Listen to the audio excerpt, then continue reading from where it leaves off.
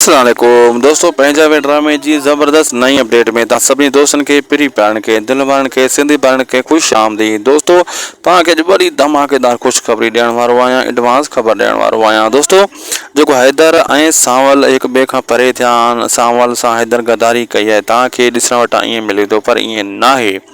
हैदर जेको आहे उहो सांवल सां ॿधल आहे, सांवल जे चवण ते हैदर गद्दारी कई आहे ऐं एतबार खटण जे करे, जब जाबिर खे फसाइण जे करे उन सां मिली करे उन खे हथीको करण जे लाइ इहो कमु कयो आहे।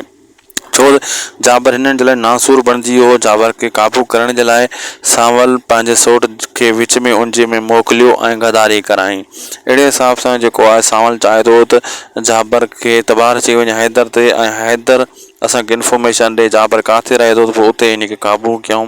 अहिड़े हिसाब सां हैदर ऐं सांवल हिकु ई आहिनि। अचण वारे एपिसोडनि में बि तव्हांखे इहे हिकु ई नज़र ईंदा ऐं तव्हां पाण ॾिसंदो त हीउ छा थी वियो। हीअ ॿई सोट मिलियल आहिनि, सिर्फ़ु ड्रामो था कनि, ॿियो कुझु ई कोन आहे।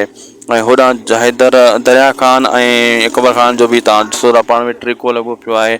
उन्हनि जो बि अचण वारे एपिसोड में ईअं ई ट्रिको लॻो पियो हूंदो। वीडियो पुॻो पुॼाणी ते अगरि अपडेट सुठी लॻी त दासी टीवी यूट्यूब चैनल खे ज़रूरु सब्सक्राइब लाइक शेयर कंदा।